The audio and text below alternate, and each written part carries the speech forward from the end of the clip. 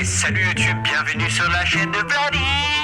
Aujourd'hui, nous allons nous intéresser à pourquoi devenir VIP. C'est quoi les avantages et aussi c'est quoi, comment dire, l'impact sur le marché. Déjà, j'enlève cette merde parce que bon, j'aime bien Royalties, hein, j'adore les couronnes, mais bon, sur moi, ça fait un peu petite princesse de 34 ans, quoi. Alors, pourquoi devenir VIP? Alors, il faut savoir que être VIP, ça a énormément d'avantages, dont l'avantage le plus intéressant, c'est évidemment de participer aux intros. Je rappelle que les introductions se déroulent tous les mardis et vendredis, donc en ce moment, c'est que les vendredis, à toujours vers les coups de 18h, ou même à 18h tout court en fait, hein, ça se joue à la seconde près. À 18h, l'intro se lance et seuls les gens en statut VIP, donc VIP 1 et VIP 2, peuvent acheter des ROI avant l'ouverture à l'introduction publique. Et après, il y a l'introduction publique, en sachant que l'introduction publique, il n'y a pas beaucoup de ROI pour le nombre de personnes non VIP. Si je prends les derniers chiffres qui sont tombés, on va dire, en termes de rumeurs, voilà, nous sommes à peu près peut-être 150 VIP 2, je dis bien peut-être, hein, entre parenthèses, entre guillemets. Donc à peu près 150 VIP 2 pour...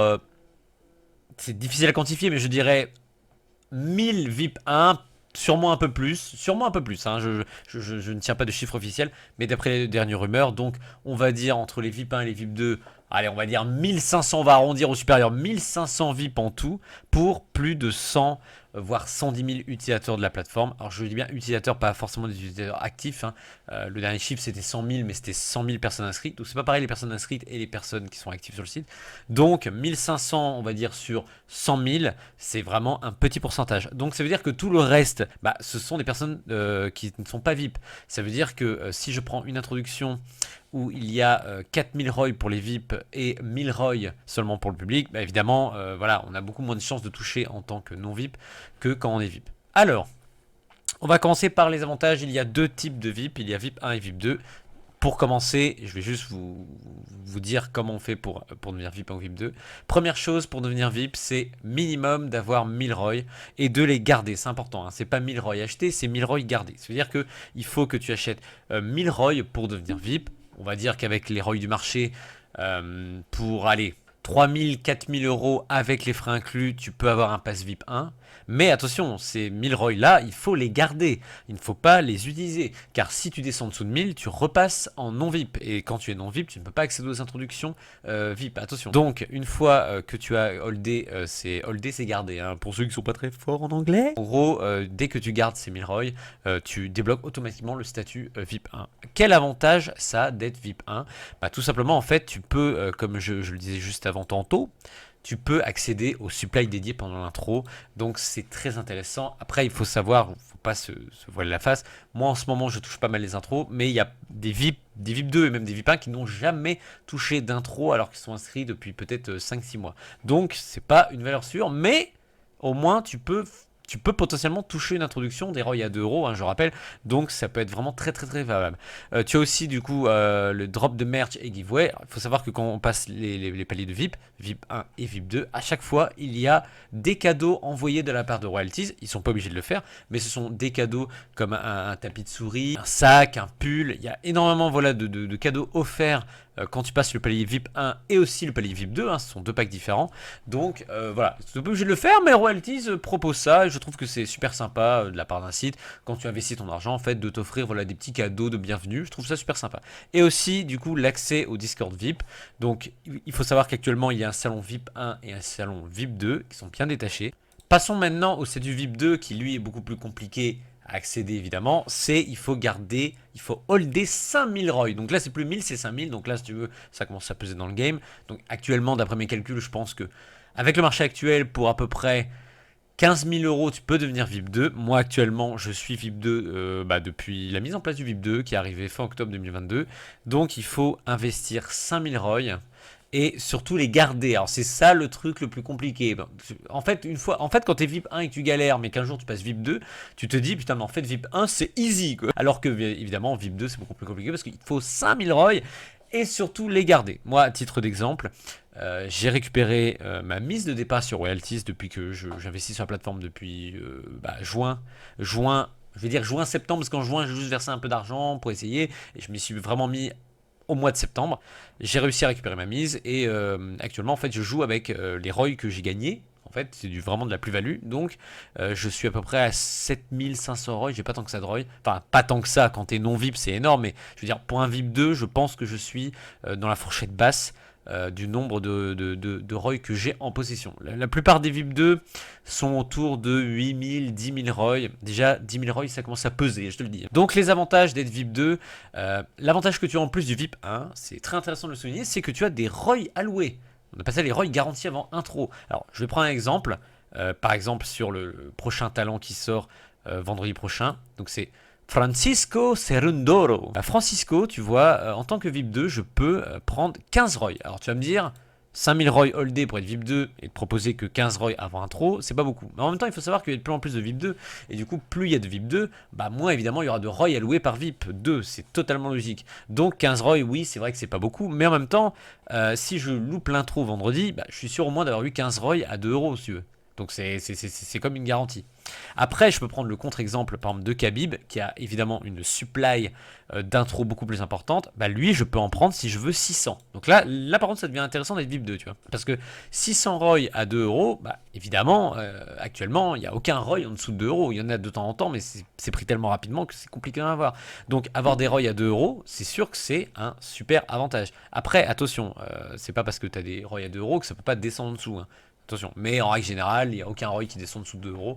À moins que l'on connaisse le même marché qu'on a eu au mois de décembre dernier, où là, les ROI flirtaient avec les 2 euros, même pas en dessous, hein, je dirais. Mais voilà, c'est quand même un avantage. Après, ça dépend évidemment de la taille de l'intro. Là, ce qui est intéressant, c'est que comme dans le pool de l'instant liquidity, il y a 4500 ROI et qu'il y a 5400 ROI, pas 6000 ROI dédiés dans l'intro, ça veut dire qu'on va tourner aux alentours d'un pool au lancement de 10 500 ROI. Donc évidemment, ce qui est intéressant ici, peut-être il n'y a pas beaucoup de ROI max à avoir à l'introduction, 60. Moi, vu que j'ai déjà pris mes 15, il me restera que 45 à prendre. Bah, ce qui est intéressant, c'est que ces 60 ROI là, et vu que le pool est assez petit, c'est que le prix, on est sûr qu'il atteigne normalement facilement les 4-5 euros. Hein. Je mets des guillemets parce que c'est pas sûr. Mais en règle générale, en ce moment, les pools qui ont 10 000 ROI, 10 500 ROI max, ça atteint facilement les 4 euros.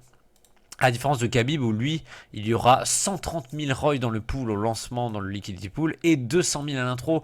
Donc ça fait 330 000 ROI à l'introduction. Là par contre, il faut s'attendre à ce que le prix, malheureusement, donc pas très très vite. On a vu ça avec Medvedev et aussi avec Makhachev, mais c'est normal, ce sont des pools de lancement énormes, donc il en faut pour tout le monde. Et en règle générale, de toute façon, plus il y a de ROI, plus les gens... il y a de la diversité des gens. Il y a des gens qui prennent à 2 euros et qui revendent à 3 pour se faire de la liquidité facile. Moi, en règle générale, ce que je fais, sur une grosse supply comme ça, j'essaye de garder au moins le 2 tiers en fait de ce que j'ai acheté en ROI. Donc là, je pense que je vends dans le D400 et j'en vendrai sûrement 200. Mais moi, à titre personnel, 3 euros, ça me suffit pas. Pourquoi? Parce que quand on achète en introduction, le PRU, donc le prix de revient unitaire, c'est-à-dire le prix que j'achète le ROI plus les frais, hein, parce que c'est ça qui est intéressant. C'est pas le prix que tu achètes du ROI, parce qu'il y a aussi les frais dedans. Bah, les frais, un ROI te revient à peu près à 2,11 € quand tu l'achètes en intro. Donc, même vendre à 3 euros pour 90 centimes, est-ce que ça vaut le coup? Bah, je ne pense pas. Après, chacun fait comme il veut. Mais c'est sûr que sur une intro, il y a énormément de ROI dans le pool.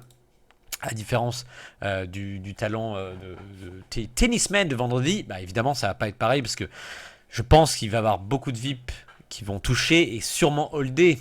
Parce que pour 60 ROI, est-ce que ça vaut vraiment le coup de vendre? Voilà, tu peux te poser la question si tu touches l'intro. Moi, titre personnel, peut-être j'en vendrais 10 ou 20, pas plus. Mais il faut que ça atteigne beaucoup plus que 4 euros, c'est sûr. Après, voilà, chacun sa stratégie. Mais en tout cas, l'analyse qu'il y a à faire sur les introductions, quand tu es VIP, après, tu peux toucher aussi en tant que non-VIP, attention, c'est juste que sur 85 000 personnes touchées, du coup, 6 000 moins 5 400, 600 ROI, 60 par utilisateur, ça fait 100 personnes seulement sur 85 000, autant dire que c'est assez compliqué. Donc je parle en tant que VIP, en règle générale, quand tu es VIP 1, même VIP 2, 60 ROI, normalement tu les vends pas, tu les gardes. Surtout que lui c'est un talent, un jeune talent qui est 28e mondial actuellement ATP, et du coup lui il peut aller très très loin et même très très haut, donc en règle générale, quand il n'y a pas beaucoup de ROI dans le pool en tant que VIP, il faut surtout hold. Je reviens du coup aux petits avantages. Donc, comme j'ai dit, il y a ça en plus et aussi l'accès Discord VIP. Alors, il y a juste une chose à noter. Si vous êtes VIP, vous ne pouvez pas attaquer le pool public. C'est-à-dire que là, si je prends Francisco, Là, si vous êtes VIP, sur les 5400 dédiés aux VIP, donc là il y en a moins parce que les VIP 2 sont en train de se servir avant l'intro. Si, imaginons, il reste 3000 ROI ici, ça veut dire que 3000, du coup 3000 moins 600, c'est-à-dire 2400 ROI, il restera 2400 ROI pour les VIP. Si vous n'arrivez pas à choper l'introduction sur le pool de supply d'intro VIP qui est lancé, quand ça va se lancer en intro public, vous ne pourrez pas prendre, c'est normal, il y a un verrou. C'est-à-dire que c'est vraiment limité à ceux qui ne sont pas VIP pour les 600 restants. Voilà, c'est juste une petite parenthèse, je pense que c'est important de le dire parce que je sais qu'il y a des gens qui essayent d'acheter après sur le pool d'intro public et en règle générale ils n'y arrivent pas, c'est normal, il y a un verrou, mais ça c'est assez récent, on va dire que ça, je sais pas du tout, je crois que c'est depuis le début de l'année où vraiment il y a un verrou. Donc l'avantage en plus, donc c'est aussi un Discord VIP 2, voilà, à part ça il n'y a rien d'autre en plus, à part que, on va le voir tout de suite, tout ce qui est cadeau en termes de parrainage est beaucoup plus important quand tu es VIP 1 et VIP 2 c'est encore mieux. Voilà, quand on est VIP 2 on peut gagner jusqu'à 10 000 euros. Alors, voici actuellement, donc nous sommes le 24 mai 2023, voici actuellement ce qu'on peut gagner en étant, donc en parrainant, en étant VIP 2 ou VIP 1 ou non VIP. Donc, des ROI, ça c'est pour tout le monde, donc on peut toujours choisir des ROI. 10 000 euros cash, 5 000 euros cash, une Rolex, une expérience de tennis avec... Alors, toutes les expériences sont faites avec des talents de la plateforme, hein, je tiens à préciser. Rugby, football, sport de moteur, enfin, je veux dire, sport mécanique.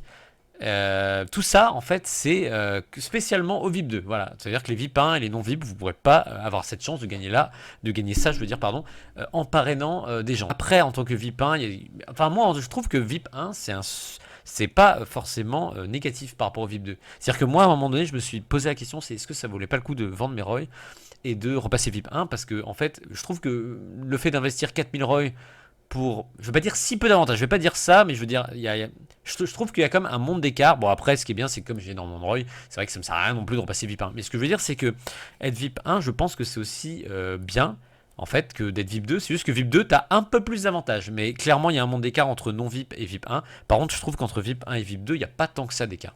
Donc en VIP 1, expérience de fight avec un talent.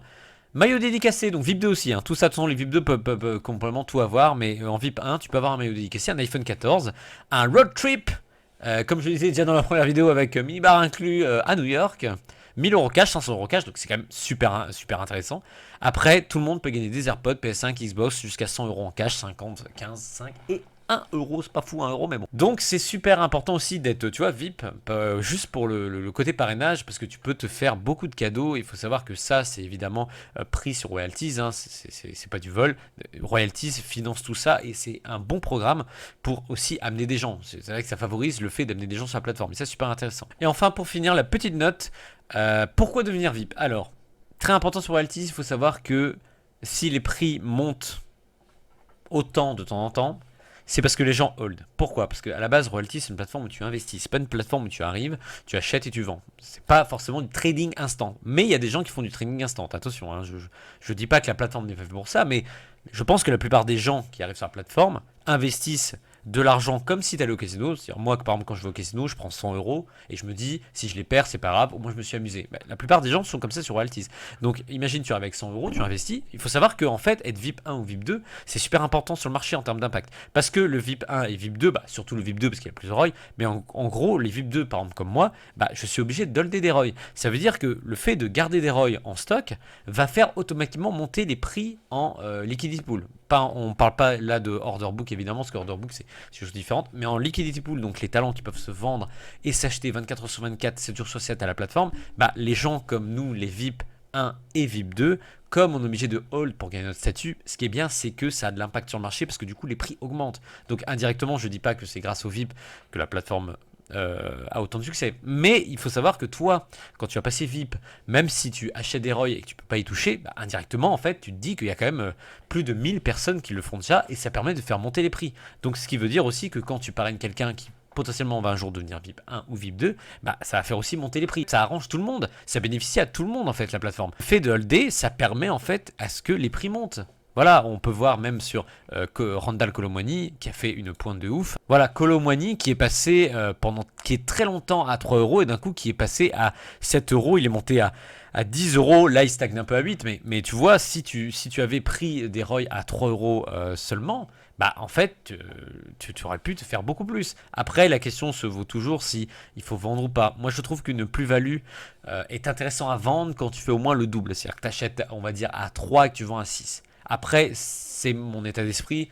Comme j'ai 2500 ROI de plus que la limite pour rester VIP 2, mais évidemment je peux me permettre d'attendre un peu plus longtemps, alors qu'il y a des gens qui ne sont pas forcément VIP ou même des VIP qui veulent évidemment récupérer leur argent rapidement et du coup qui vendent moins cher. Après, quand tu vends moins cher, il faut toujours se dire qu'il y a des VIP qui seront là pour récupérer tes ROI que tu as vendu pas cher. Après, c'est quoi pas cher, c'est quoi cher, ça je vous laisserai juger. Moi, en règle générale, j'essaie de faire un x2 sur l'investissement que j'ai fait.